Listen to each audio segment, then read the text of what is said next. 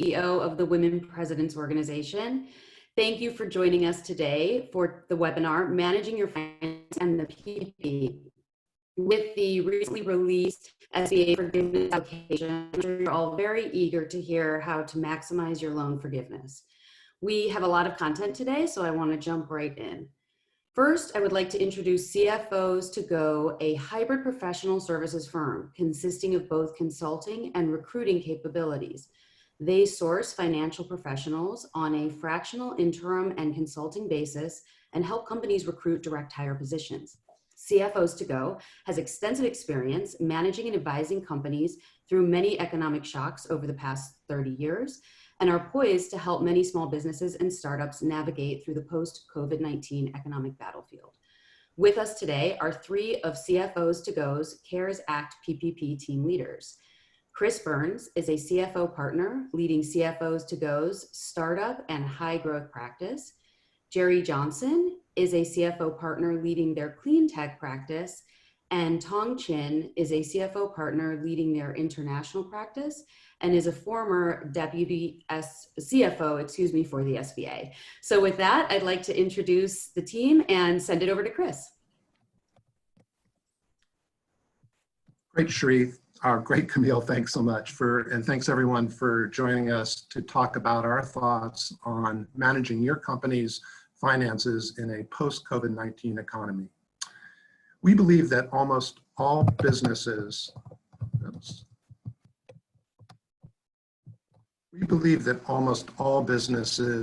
are experiencing right now the biggest economic decline that the country's ever seen. Our U.S. economy is expected to contract by between 25 and 40% based on forecasts by investment banks and the Federal Reserve presidents. While revenue and cash inflows have dramatically decreased for most businesses that are slow to respond with significant expense cash burn reductions may run out of runway and find themselves needing additional capital much sooner than they originally planned.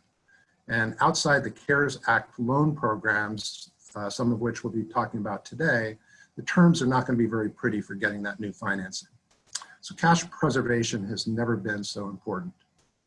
Howard Schultz, the former chairman and CEO of Starbucks, forecasted a few weeks ago that by his conservative estimates, millions of small businesses will not survive this pandemic economic fallout. We believe businesses need to come up with a battle plan blueprint to come out the other side of this. So this slide has a subset of our recommendations for small businesses and large businesses to employ to significantly reduce their cash burn. Most businesses' largest fixed cost is their payroll. So while the PPP program that we're highlighting today will help with some short-term relief to help retain employees, we believe all businesses should be considering significant headcount adjustments, either temporary or permanent. Also, cutting all discretionary spending is paramount, and if you haven't done so already, we recommend eliminating or deferring all discretionary spending for 6 months or longer. Many companies have already experienced some significant savings through cutting travel, conferences, in-person learning, and many other expenses. But even after the recovery, we expect that many businesses will actually traverse to a remote working environment so that they can continue to achieve those savings on an ongoing basis.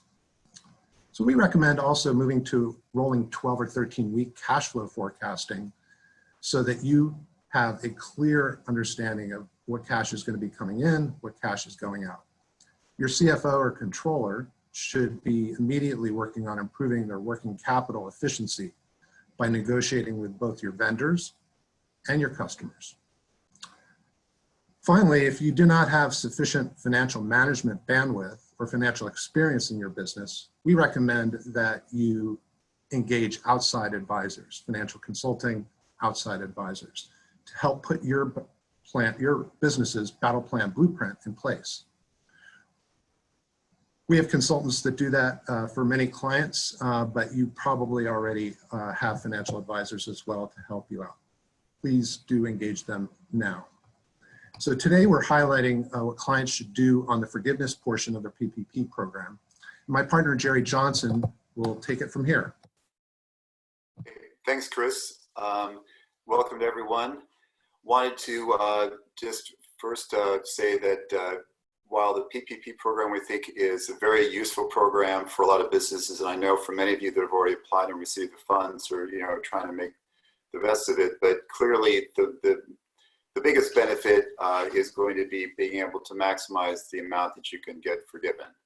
And we feel that with the way the banks have been trying to deal with this, I mean, you think about it, the SBA loans that have been coming out of this are orders of magnitude greater than what any banks have had to deal with before in a very short amount of time. They've really not been equipped. They've done their best, but at the same time, they've not been equipped to necessarily be able to handle the onslaught. And I'm sure many of you that were working with the banks found that they either were not ready at the very beginning back in early April, or the processes were evolving. And so it's very important that, right now that you get help to be able to work with that, because we feel that with the forgiveness process, it's likely to be the same sort of thing where the guidance from the SBA has been slow in coming. In fact, it was just the first form that came out this past Friday that provides some indication of exactly how the forgiveness will be calculated. And it's very important to be able to get help to do that, because ultimately you want to be able to be focusing on running your business and not trying to worry about maximizing the forgiveness. And we've been putting together a team to be able to work on that and been focusing on this forgiveness process now that many of our clients have been able to receive the funds. And really what it comes down to is kind of looking at organizing records and being able to make sure that you are clear on what is going to be forgiven. Because while the loans were sized based on payroll, it's obvious that the forgiveness is going to be calculated on more than that. It's payroll costs as they were previously defined in the application process, but it's also including things like business rent or mortgage interest if you own your facility, as well as utilities, which can include things like internet and even transportation, although that has yet to be well defined as to exactly what gets included in that. The current rules right now are that it's going to be for the 8 weeks from the date of funding. That's when the 8-week process starts, and you're to be capturing the costs that are to be running during that period of time. Also, one of the rules is that 75% or more of the proceeds from the PPP loan have to be applied to payroll costs and not to these other costs that can otherwise be part of the forgiveness process. Now, even though you've gotten, the loans were designed to be forgiven at least as much as possible, but to the extent that payroll has changed either by headcount or by reductions in the amount that you're paying your employees, that can also impact the what you can get forgiven. There's a couple of different ways that they can measure the timeline that you're using as a baseline to compare your current headcount during this 8-week period. It can either be for the first 2 months of the year, or it could be from February of last year through June 30 of last year. The applicant, the borrower, gets to choose which one of those is more favorable. Obviously, we want to get the lower one. So what you're comparing to current headcount now, you can then be able to make sure that that doesn't provide a reduction for it. At the same time, you have, if you have a reduction in the amount that you're paying people, and if it's over 25%, then that also can be used as a reduction against what you're going to be able to get forgiven. Although the amount of that 25% only applies to people that are getting paid on an annualized basis, $100,000 or less. If you're doing reductions for people greater than that, then that reduction doesn't count against the forgiveness. As far as the reports required, I mean, you're going to have to provide things like payroll reports, also documentation on invoices for all the different benefits, rent and other utility expenses you're going to have. So it's important to be able to try and organize those records up front to be able to make sure that you do that. And so if we go to the next slide, you'll see that the tracking this, it really makes sense to make sure that you've got all your records in one place. We recommend that you set up in your accounting system a means by which to track these expenses, because while the amount of loan is non-taxable to you, the current rulings and guidance are that the expenses related to those forgiven amounts will not be able to be used as a business expense for tax purposes at the end of the year. So not only for the forgiveness process right now, but also when you're doing your taxes for 2020, you want to make sure that you've got your records in place and be able to account for that, because it'll be much easier to kind of plan things, kind of begin with the end in mind, being able to plan, have your records organized such a way that you can use it not only for the forgiveness process, but also for their tax records at the end of the year, rather than having to try and scramble and untangle things later on. Now for payroll amounts, many of the larger and even some of the mid-size payroll providers have been organizing different types of reports and record keeping elements to be able to track these things for the forgiveness. So it'd be worthwhile to talk to them if you don't already have information from them on what those reports are, because then that will just make the whole forgiveness calculation process much easier. And remember that, in terms of calculating what payroll can be forgiven, it's only amounts up to $100,000 per employee, which when you do the math from 100,000 divided by 52 weeks times 8 weeks is $15,385 per person. So that's the maximum amount per person for payroll, the actual gross wages that you can get. Now, you still get to include the benefits and related local taxes on top of that. So the $15,385 is only for the gross wage part, and then those other pieces get added on. Again, it's worthwhile to know what you're working towards. So you want to make sure you're organizing your records to the extent that you can do that in your system and be able to code that properly. And also for any documentation that you're going to need in terms of invoices paid and the like, you want to make sure that you've got maybe separate folders or means by which to scan that and have that already, so that when you're getting ready to go through the process to working with the bank for the forgiveness, because again, although you've applied for the loan and forgiveness is available, you have to actually make an application to the bank to get it forgiven. And each bank will probably have a slightly different process, because right now, although there's general guidelines, as you probably found when you did the application process, the banks themselves find different ways to try and streamline it in their own thing, because they're dealing with potentially thousands of applicants and they need to be able to figure out a way to do that. So they may have their own tools or methodologies to do that. So it's worthwhile to engage with the bank early on in the process, really from the time that you receive the funds. They may or may not have it all worked out, but it's good to have an open dialogue with your client representative to be able to understand what the process is, get the information as soon as possible, and work towards being able to do that. For many of the banks, they may only have a limited period of time that they're going to be able to allow you to apply for forgiveness. So it's important to be able to have your records in place, be able to do that, to make sure that you can do that straight away.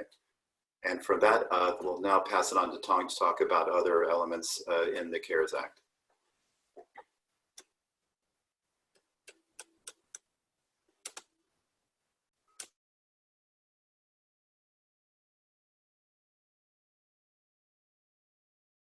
Tong, you're muted.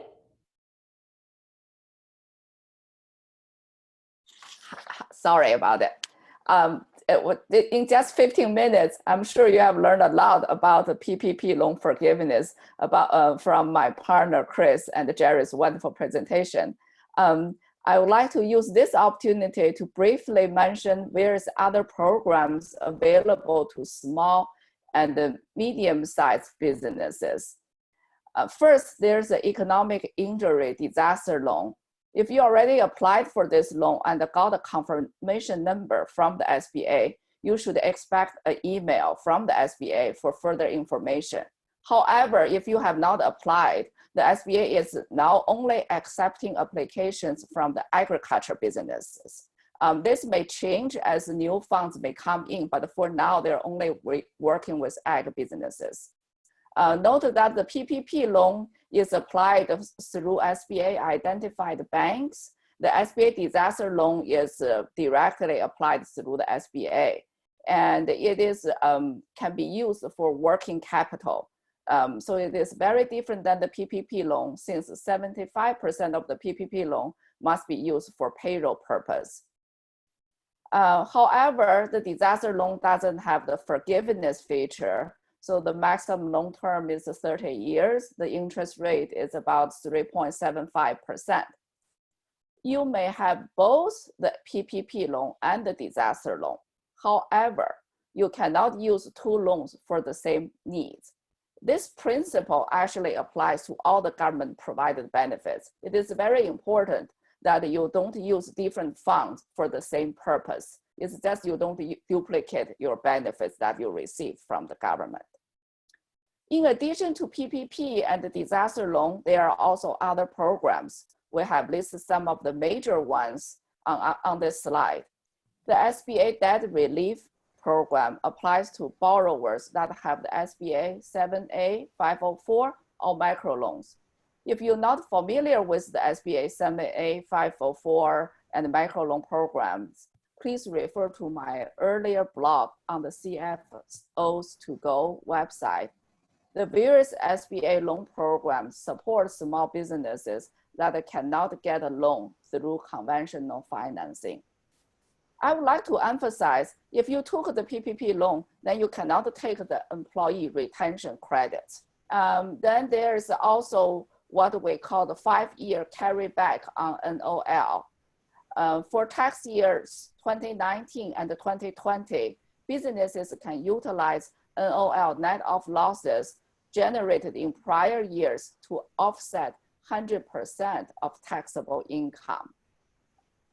And then there's also the Main Street Lending Program. I noticed some of your WPO members are probably larger businesses if you under the definition of the SBA.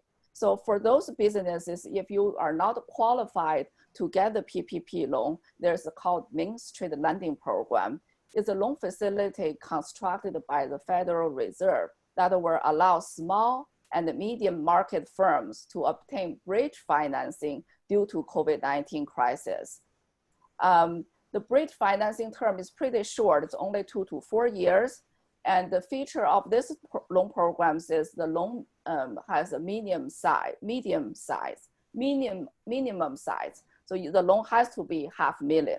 So that's the size limit. So your monthly payment is pretty high since the term is 2 to 4 years, the loan size is bigger. This loan is also guaranteed by the government. However, the Main Street Lending Program doesn't have the forgiveness feature. So you have to pay back on the Main Street Lending Program. There are other tax credits and tax deferral available for small businesses. Because we only have a limited amount of time, I'm not going to talk about all of them. Should I apply for the employee retention credit instead of the PPP loan? Should I bring my employees now back from unemployment? What other loans available? For example, short-term loans. I know we have given you a lot of information and you will hear more information from the later presentation. I'm sure you're overwhelmed. I am. Even I've been working in this area for more than 20 years. Please talk to your CFO and your other executive teams to prepare a financial plan for the next 12 months. The next 12 months is very important. Getting a loan or getting forgiveness of the loan is just the beginning in fighting the economic downturn. To survive and thrive, you need to have a 2-year financial plan. You may need to get additional capital, talk to your bankers, tax accountants, and other advisors you may have worked with. If you don't already have one, our team at the CFOs to Go is ready to support you on every step of your businesses. Now my partner, Chris, will wrap it up. Chris? Great, thanks, Tong. Thanks, Tong. So CFOs to Go pivoted quickly to develop expertise and tools to meet the immediate opportunities and challenges that were created by the CARES Act stimulus programs. So our team's response was urgent. We developed expertise at a phenomenal speed, and we secured dozens of PPP and EID loans for our clients. So we pivoted again after that first round of funding began to build a forgiveness project team and practice offering. So we have actually developed a focused practice with some technology applications that we built internally to help clients build a very bulletproof, audit-ready support package for their banks. As Jerry suggested, the banks that we know have struggled in the first round, many of them have hired auditors for this forgiveness project because they just know that the job ahead of them is going to be very difficult. So we recommend that you put together a very strong audit-ready support package for your bank. And with that, I'm going to turn it back over to Camille. Thank you so much. So much great information there. Appreciate all of your time, Chris, Jerry, and Tong. Really valuable. And I think we already have some questions coming in. So when we have time at the end, I think there's people looking for additional information. And now I would like to introduce our speakers from Foley & Lardner. Foley & Lardner is one of the 50 largest law firms in the nation, with nearly 1,100 attorneys in 24 offices throughout the US and across the globe. Foley organized multidisciplinary and multi-jurisdictional task force to address the wide range of legal and business challenges that companies face in responding to the coronavirus outbreak. Foley has created a Coronavirus Resource Center, which offers insights to provide timely perspective on what companies can do now and how they can prepare for the future. You can find it at foley.com/coronavirus. So to introduce our speakers, Casey Fleming is a partner at Foley & Lardner LLP, where she focuses her practice on executive compensation and employee benefits. Ms. Fleming's work includes advising private and public employers on the issues that affect retirement plans, health and welfare benefit plans, non-qualified deferred compensation plans, executive compensation and severance arrangements, and employment agreements. Casey is also one of the firm's go-to resources with respect to the forgiveness of the Payroll Protection Program loans under the CARES Act. Cherie Rady is a partner at Foley & Lardner LLP, where she focuses her practice on commercial lending, finance, loan workouts and restructuring, real estate leases and lease workouts, and business transactions. Cherie is a key member of the firm's Coronavirus Task Force on PPP loans under the CARES Act. And Cherie is also a longtime WPO member. So with that, I will turn it over to Casey and Cherie. Great, thank you so much, Camille. And thank you all for attending today. I echo the prior presenters' feelings about how overwhelming this can be. And as they pointed out, it's overwhelming for us as well. So with that, I'm going to hit you with a lot more information. Before I dive into the slides, I want to give you a heads up that there is a lot of information on our slides. We included a lot of detail so that when they're provided to you, you can use them as a reference source going forward. But what I'm going to focus most of my time on today is highlighting some of the questions that we get most often from clients and some of the additional information that we gleaned from the SBA application, which was published last Friday. So with that, a quick disclaimer, I'll let you read that yourselves. And just to highlight, I really do need a haircut.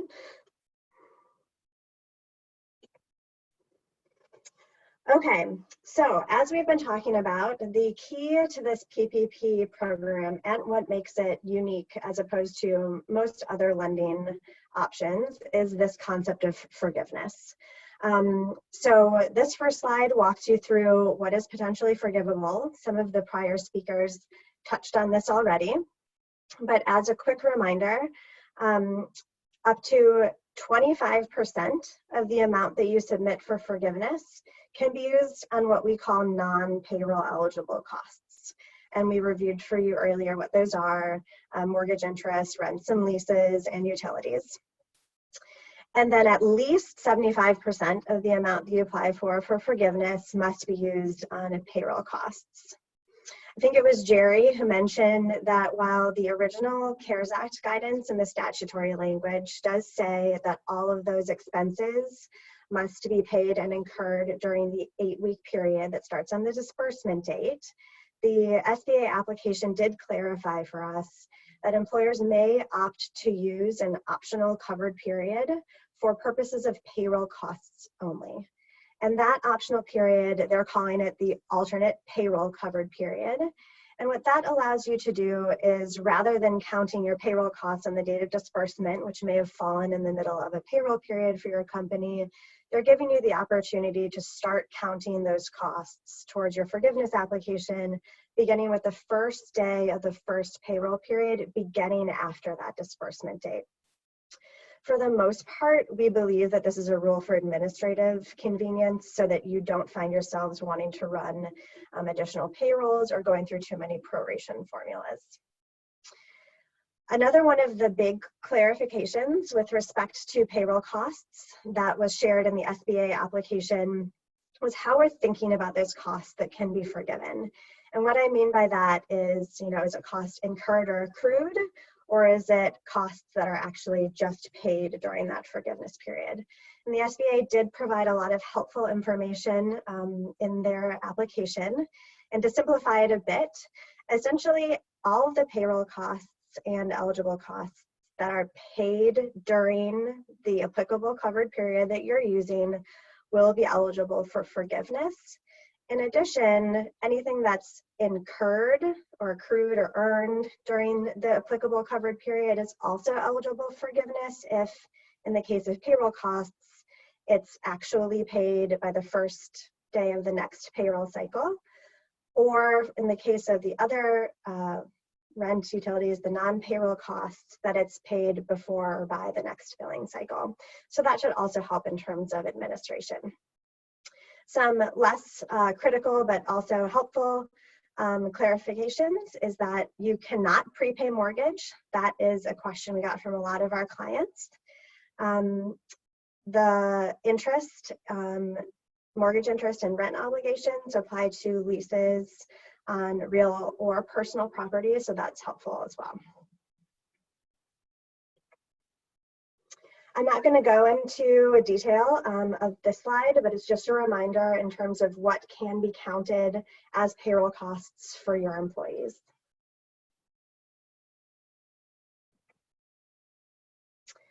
Quickly, I'm going to jump into some of the reductions that can be applied with respect to your forgiveness eligible amount.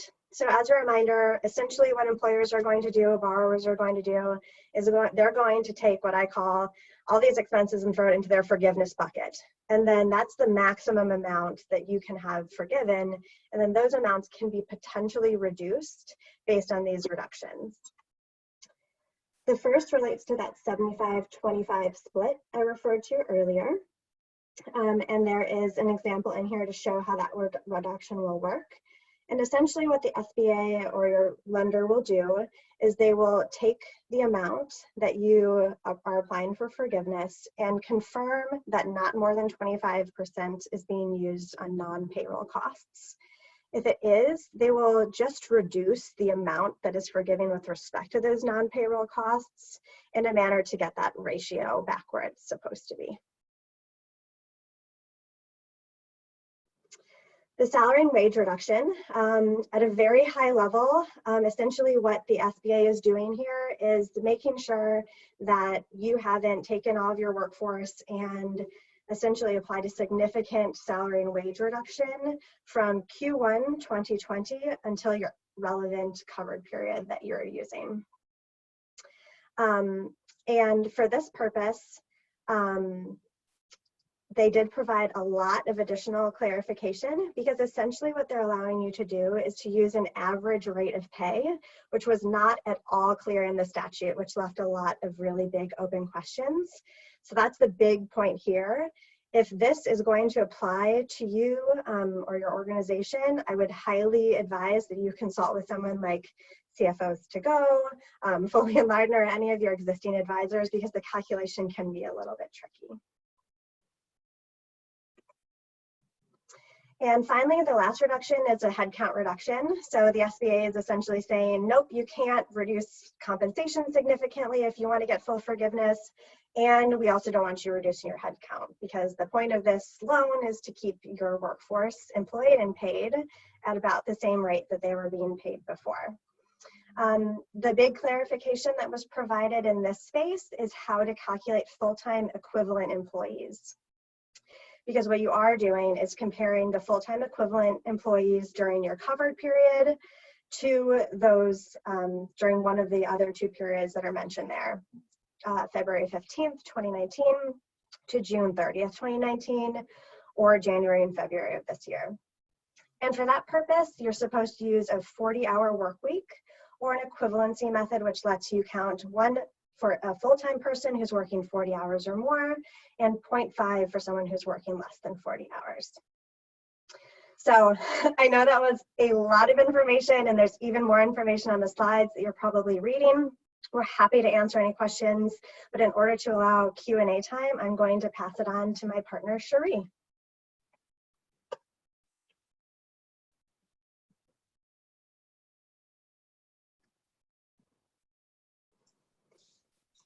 Yes, hi, I'm Cherie Rady, and I'm a finance partner at Foley & Lardner. I'm a member of WPO LA Downtown and Platinum 3, so shout out to WPO.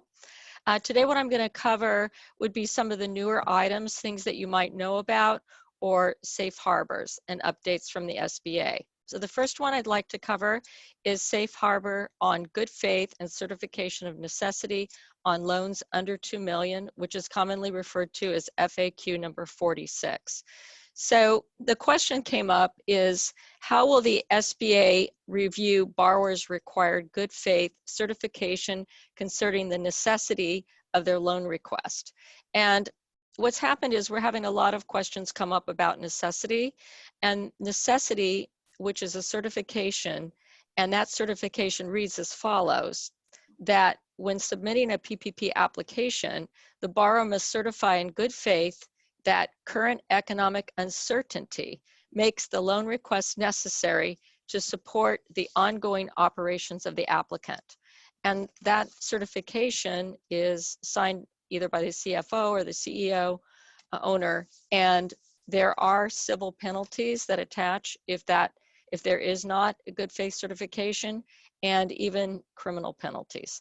So many companies that did obtain the PPP loan were looking at it, and the question was, do you have an outside access or source of capital? So that would be lines of credit that are available, that would be bank loans, that would be sources of capital from parent companies. So it just became somewhat difficult and confusing to answer. And so thank goodness the SBA has now clarified that by saying that they have created a safe harbor, and that this safe harbor is that any borrower that received a PPP loan less than $2 million will be deemed to have made the required certification concerning necessity of the loan request in good faith.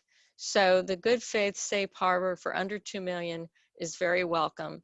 The reason the SBA did that is because they have determined that this safe harbor is appropriate because borrowers with loans below the threshold of 2 million are generally less likely to have had access to adequate sources of liquidity in the current economic environment than borrowers that obtained larger loans. And then what they will do is they will use their resources to review the larger loans, and they feel that this is a good approach for all. So anyway, this was a very welcome safe harbor for many of our PPP loan borrowers. Next is that the borrower is a borrower-friendly implementation of statutory exemptions from the loan forgiveness reduction based on rehiring of employees by June 30th. So just telling you that in passing. There's also an addition of a new exemption from the loan forgiveness, I think Casey touched on it, for borrowers who have made a good faith written offer to rehire workers that was declined. This is commonly known as FAQ number 40. I'd like to go into it a little bit more because this has come up quite a bit at Foley. So we've had questions come up where the employer would like to rehire the employee. They make the offer to the employee and say, can you come back? And the employee says, well, I'm actually making more money on unemployment. My hourly rate is better with unemployment than if I go back to work. Or, just sometimes there's reasons they can't come back. I mean, not related to that. But basically, the employer then says, you know, what am I to do? So here's the question that the SBA put, and here's the answer on that. Will a borrower's PPP loan forgiveness amount, the loan forgiveness amount, be reduced? And that's the operative word, be reduced, if the borrower laid off an employee, then offered to rehire the employee, and the employee declined the offer to return to work? And the answer to that is no. The SBA says that the borrower must have offered to rehire the employee at the same salary, wages, and same number of hours. And if it is a good faith written offer of rehire and the employee's rejection of that rehire offer is documented, then there will not be a reduction. So that is a very welcome update as well. And that, again, that's FAQ number 40. Next has to do with what payroll costs cover. I saw Casey had a slide on it, which detailed a number of items. I'm going to refer to FAQ number 8, and which is, do PPP loans cover paid sick leave? And the answer is yes. PPP loans cover payroll costs, including costs for employee vacation, parental, family, medical, and sick leave. However, they do exclude any family leave wages for which a credit is allowed under the Families First Coronavirus Response Act. So that is, again, another welcome update.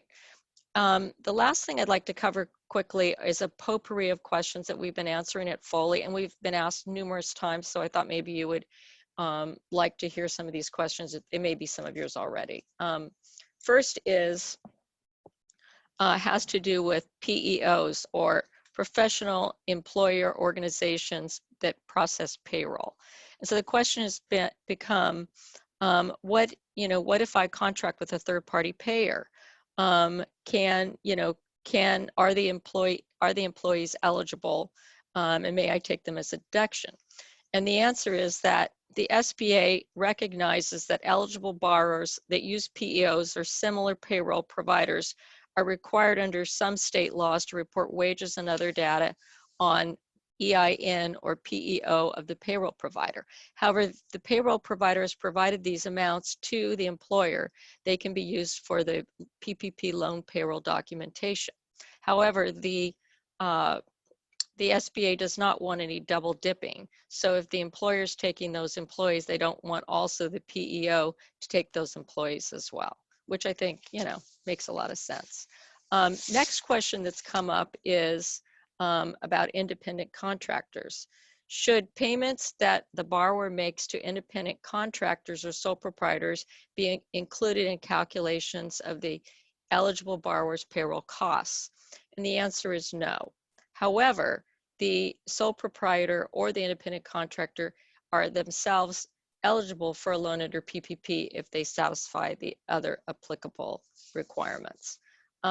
So anyway, these are some of the commonly asked question potpourri. We at Foley are happy to help you. As you can see, there's a lot of nuances, and I guess I'd say the devil's in the details. It can become very complicated just to answer a simple question. So anyway, at this time, I want to leave time for questions, so I'd like to turn it over to our moderator. Thank you so much, Casey and Cherie. Again, a lot of great information. And now I'm going to pass it over to Kirsten Wynn, who is going to moderate the Q&A portion. Okay, so the questions are coming in on the chat, and I'm going to go ahead and ask the first one. Can the PPP funds be transferred to new owners if business is sold before the 8-week period is up? Whoever wants to jump in. I'm happy to speak to that. The short answer is yes, it can. How that happens depends on the form of the transaction. So if you're selling your business in a stock transaction form where you're selling all the equity interests to another buyer, then that obligation or grant, however you look at it, would transfer along with all of the other interests associated with that corporate entity. If you are selling your company in the form of an asset transaction, that can be a more complicated question. The CFO to go folks, I'm sure, can comment more robustly on this, but it's my understanding that for the most part, at least until the loans are actually forgiven, they're listed as liabilities on your balance sheet, and then they will transfer over to the income category. So you just have to make sure that in connection with the business negotiations, if you want that PPP obligation to be transfers, that it's contemplated in the purchase agreement where they cover, you know, transferred assets or excluded assets and liabilities.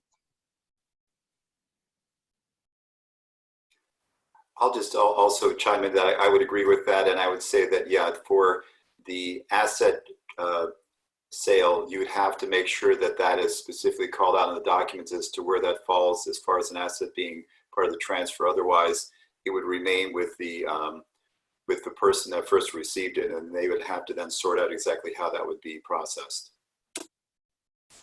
Okay, great. The second question is from Jennifer. The $15,385 max is problematic for 2 employees since it is counting weeks rather than months, which is how our payroll runs to calculate an annual income. Is there any other way to run this differently to make it work for an annual under $100,000? I'll take that. Unfortunately, many employers are going to have challenges because their payroll periods do not coincide. If they do not have weekly payroll or payroll every 2 weeks, then there's going to have to be a proration of the payroll for the covered period or alternative covered period that the borrower chooses. And unfortunately, the rules are pretty clear that each employee is capped, at least for their gross compensation, at that $15,385.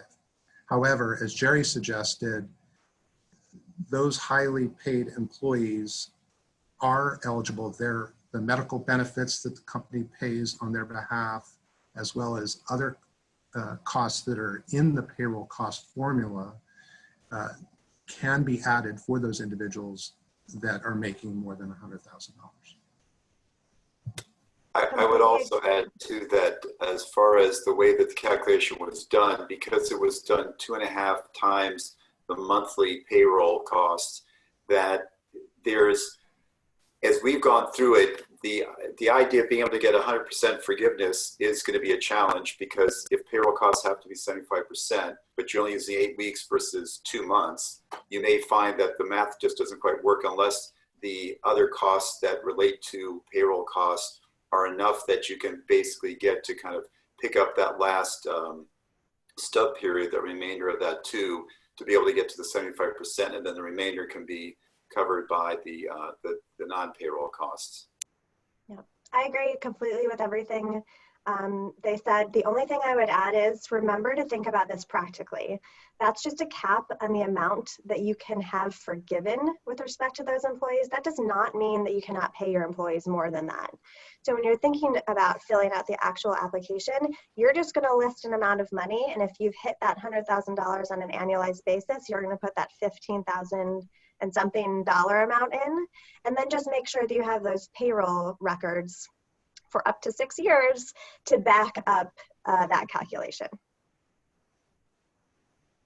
So following that trend, here's another one from Donna. Can you bonus employees for extra work during the 8 weeks above their salary and include that in your forgiveness as long as salary is under 100K?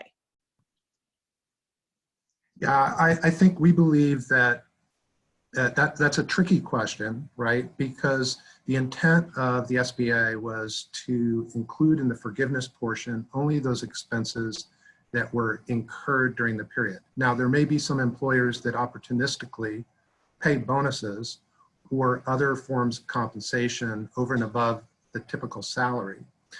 And we think that as long as that additional compensation was incurred and earned during the covered period, that it should be okay. However, there could be some banks and the auditors for those banks that help them that may challenge that assumption if those bonuses were not done in the ordinary course of business, such that, you know, if they looked back to prior to the prior year period and there were no bonuses, and then all of a sudden there were bonuses in this 8-week period, that would appear to the SBA potentially to be opportunistically trying to take advantage of increasing their forgiveness.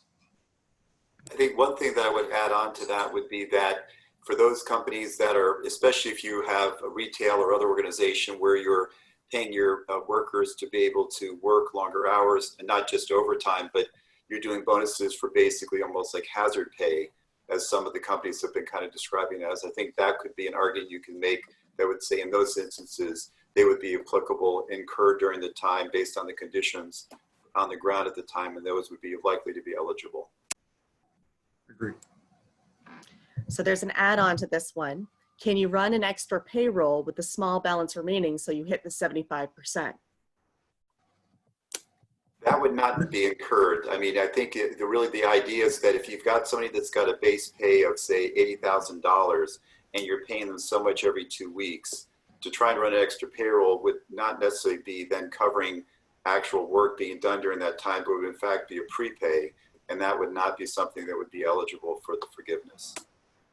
And I think the key here is the difference between accelerating salary. So say your covered period ends on June 20th. You should not be prepaying July salary. Completely agree. We don't think that that would be allowed. But if you want to run a special payroll the last day of forgiveness period to cover amounts that were earned during the covered period, that's fine. And that's actually what a lot of employers thought they might have to do. But because of the SBA's new guidance saying that as long as that amount is paid during the next payroll period or before the next payroll period, that can still be counted, which will help alleviate the need to run that special payroll. There's another way to make up that small gap between the 8 weeks and the 2 months as well. And that is if you ended up having more employees in place that were earning payroll, or if those employees received a raise after the baseline period, so they're now making more, which many employers went through an annual raise process earlier in the year, that it's possible to make up, that the employers might make up a portion of that gap anyway, just naturally, if they went through a salary raise increase or hired more employees.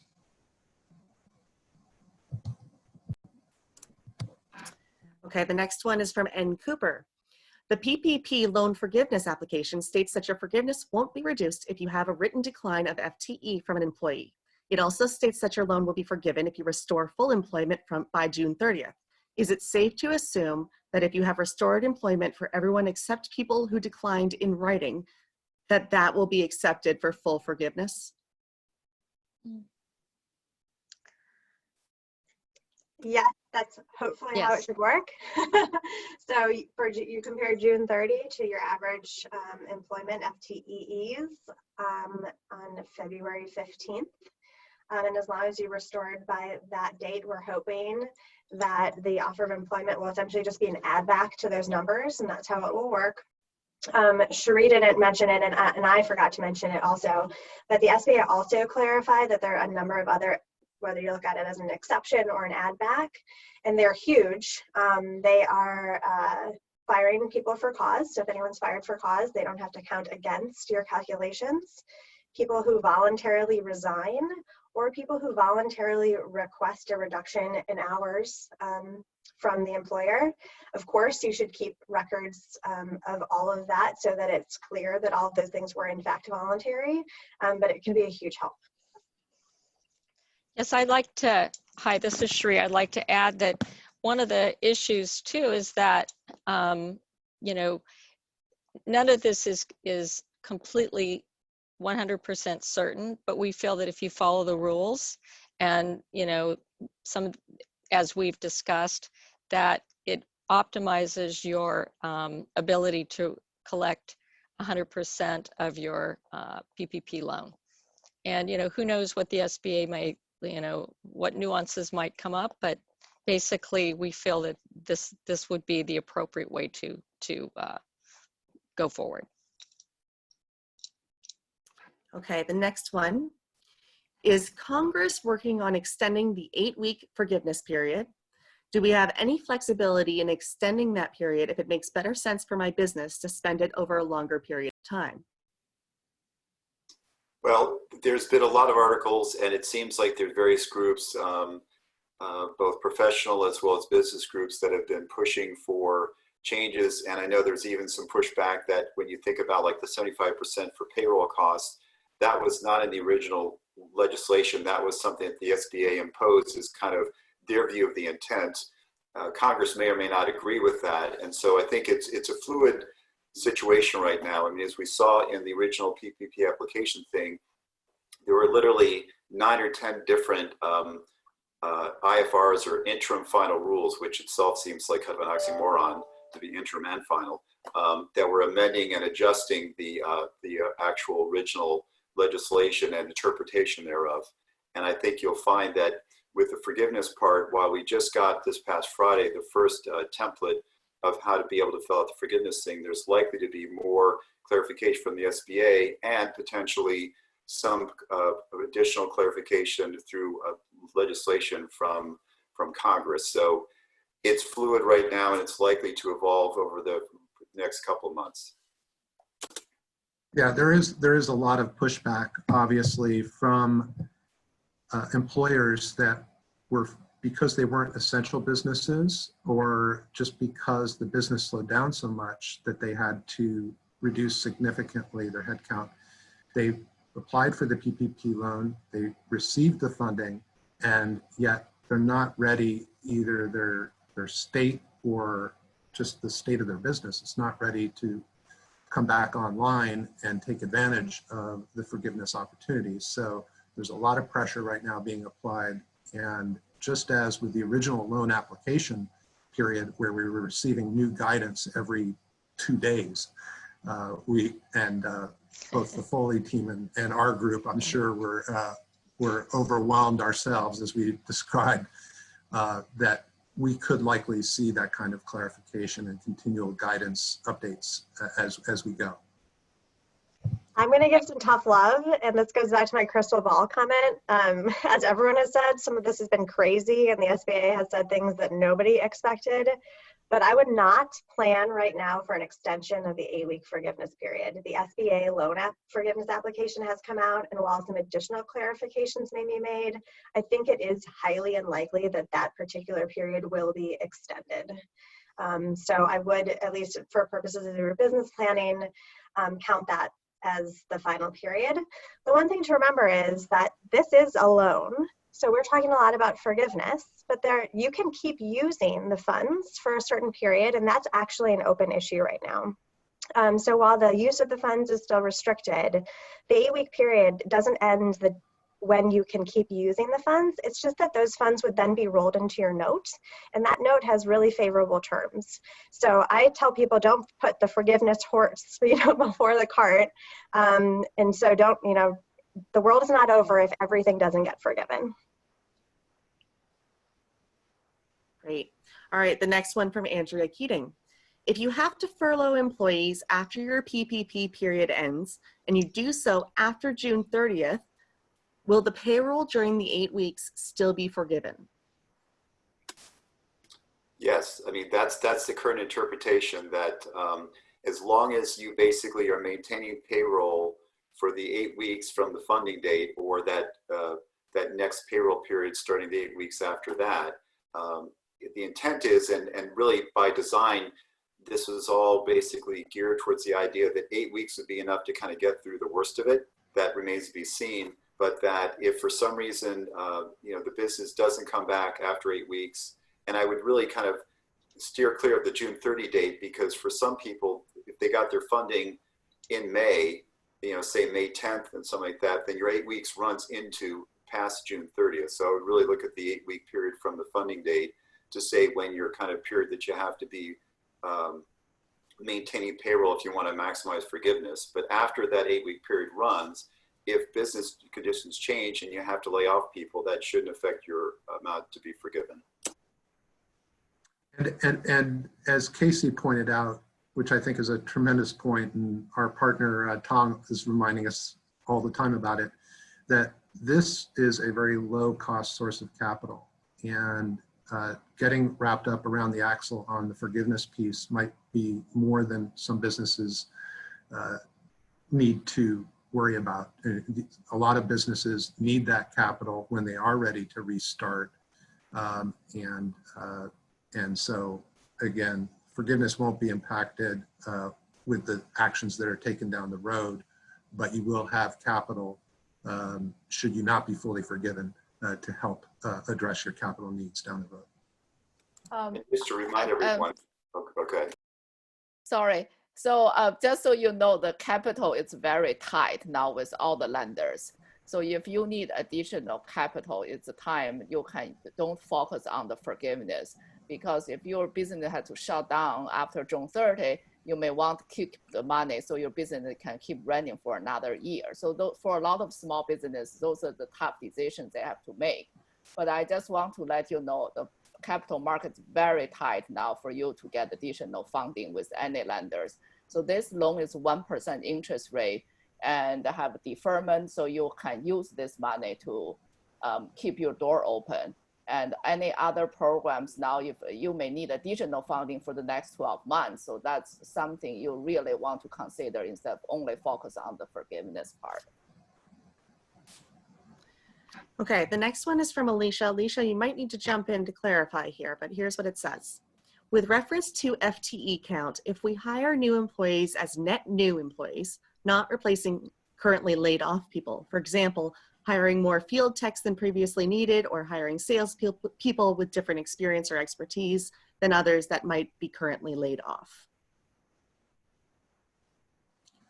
I can start this one. So we think that the answer is that this will be fine, and the form of the SBA application supports that. There was a lot of confusion around this because the FTE count reduction referred to rehires, which in many people's minds references people who are essentially hired to replace people who are laid off or furloughed, which is I think what you mean, as opposed to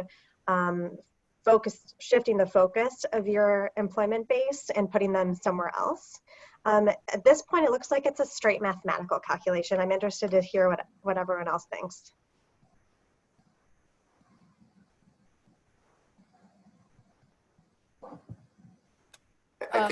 I heard presentation from one bank that they are not matching the names. So I think if you have new hires, it's fine as long as you kept the number of employees, or you may be expanding because of various reasons. So those all fine, can be counted as part of the forgiveness package. Okay. I'm gonna do 3 more here. So this one is, are retirement plan contributions included in payroll costs? Yes. Yes, so Yes. employer contributions that are both earned and incurred and also paid, if not during the period, immediately after the covered period would be included. However, many employers typically choose to do 401k match or 403b match or stock program contributions at the end of the year, and they're a discretionary match program. In those cases, if the payment did not occur until the end of the year, then the contributions by the employer would not count towards forgiveness. You can't do it just based on an accrual basis.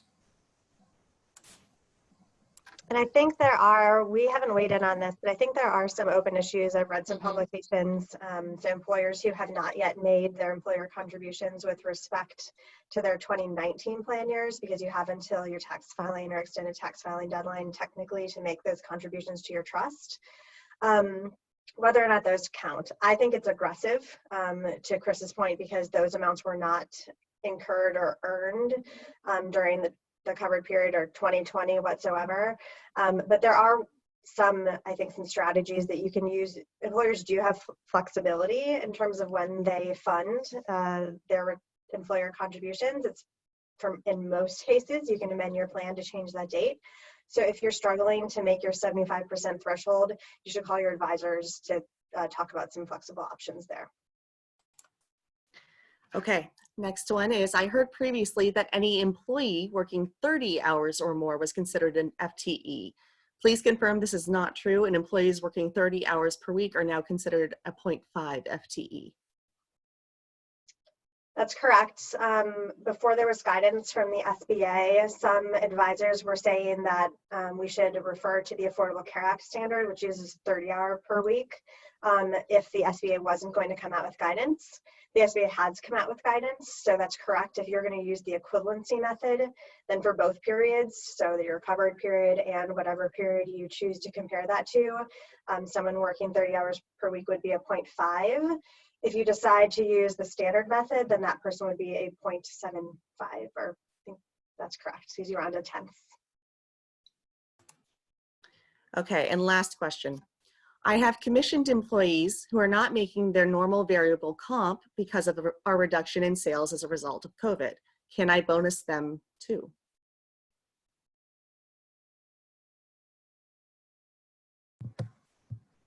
That's similar to the question that we answered earlier. And if it is in good faith, I believe a payment of compensation to the employee for that period, then I believe, this is just personal, I believe it would count towards forgiveness, as long as it wasn't, as I suggested earlier, an opportunistic way to get your payments to your employees either sooner than you otherwise would have, or you're paying them now for a prior period, then I think it would be applicable and forgivable. Okay, thank you. For any of those who asked questions and didn't get them answered, we will relay them to the presenters with your email just so that they can get in contact. And back to you, Camille. Thank you so much, Kirsten. And I really want to thank all of you. This was really an incredible program. I'm sure that everybody who was with us today got a lot out of this, and really appreciate your time, during which I know is a very, very busy time in your world. So thanks, everyone. I'm glad everyone was able to join us today, and be on the lookout for our upcoming webinars. An email, I think, will go out tomorrow. So thank you, everyone. Have a wonderful day.